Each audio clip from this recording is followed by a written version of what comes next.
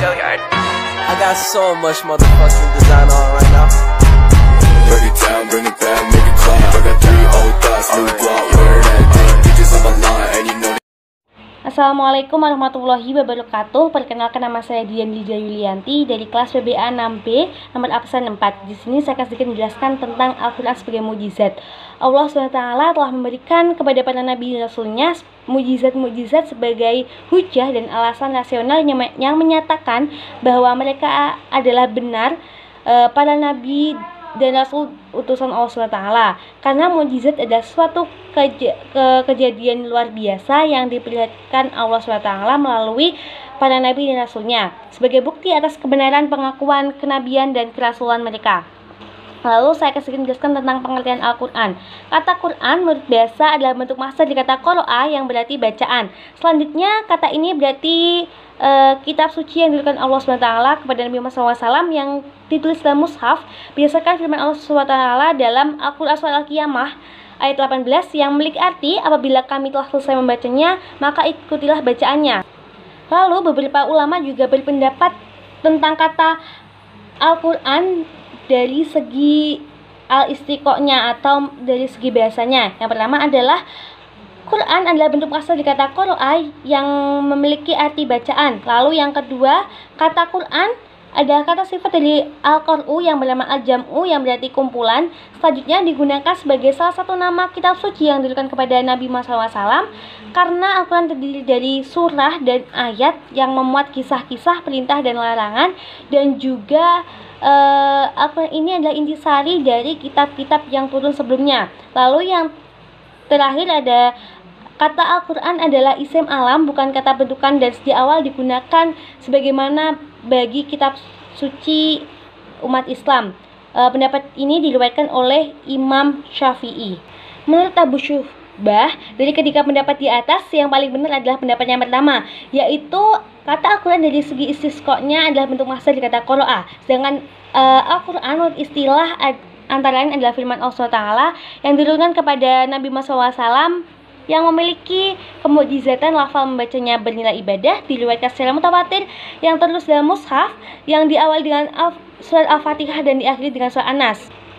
Dari beberapa definisi yang telah saya sebutkan tadi menunjukkan bahwa Al-Quran itu adalah merupakan salah satu mukjizat di antara mukjizat-mukjizat yang diberikan kepada Nabi Muhammad SAW dan sebagai mukjizat terbesar yang diberikan kepada Nabi Muhammad SAW karena mukjizat-mukjizat sebelumnya sudah tidak kelihatan lagi fisiknya kecuali kisah dan riwayatnya saja. Tetapi Al-Quran sebagai kitab suci yang menjadi pedoman utama umat Islam itu tetap bisa dilihat, dibaca dan dihafalkan dan dijadikan pedoman dalam hidup dan kehidupan yang mendatangkan kebahagiaan di dunia dan di akhirat. Lalu saya akan sedikit menjelaskan tentang pengertian mukjizat Al-Quran. Mukjizat sendiri memiliki arti melemahkan. Lalu secara terperinci, mukjizat adalah suatu hal atau peristiwa luar biasa yang terjadi melalui seseorang yang mengaku nabi sebagai bukti kenabiannya yang ditatangkan kepada orang-orang yang ragu untuk mendatangkan atau melakukan hal yang serupa, namun mereka tidak mampu untuk melayani tantangan tersebut. Dengan demikian, ijazul Quran atau kemujizatan Al-Quran bukan berarti melemahkan manusia dengan memberikan pengertian melemahkan yang sebenarnya. Artinya memberi pengertian kepada mereka dengan melemahkannya untuk mendatangkan sesama Al-Quran, karena hal itu telah dimaklumi oleh setiap orang yang berakal. Tetapi maksudnya adalah untuk menjelaskan bahwa kitab ini hak dan Rasul yang membacanya adalah Rasul yang benar. Begitulah semua mukjizat nabi-nabi di mana manusia lemah untuk menandinginya. Lalu macam-macam mukjizat ada 4, yaitu ada mukjizat syahsiyah, aqliyah, kauniyah, dan salbiyah. Yang pertama adalah mukjizat syahsiyah. Mukjizat syahsiyah adalah macam-macam mukjizat yang keluar dan berasal dari tubuh seorang nabi dan rasul. Seperti contohnya adalah peristiwa air yang keluar dari celah-celah jari Nabi Muhammad SAW. Lalu yang kedua ada mukjizat akliyah. Mukjizat akliyah adalah macam-macam mukjizat rasional ataupun yang masuk akal, karena contoh dari mukjizat akliyah ini hanya satu, yaitu kitab suci Al-Quran. Lalu yang ketiga ada mukjizat kauniyah. Mukjizat kauniyah adalah macam-macam mukjizat yang memiliki kaitan dengan peristiwa alam. Contohnya Nabi Muhammad ketika membelah bulan, lalu ketika Nabi Musa bisa membelah lautan. Lalu yang terakhir ada mukjizat salbiyah.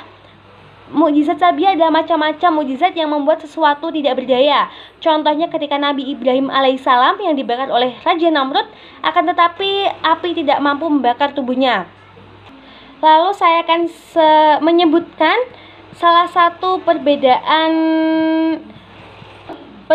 besar antara mukjizat Al-Quran dengan mukjizat para nabi-nabi sebelumnya, yaitu salah satunya mukjizat nabi-nabi sebelumnya terfokus pada penakjuban pandangan, sementara mukjizat Al-Quran mengarah pada pembukaan hati, penundukan akal, karena itu daya pengaruhnya lama dan bertahan, sementara mukjizat pandangan kadang begitu mudah terlupakan.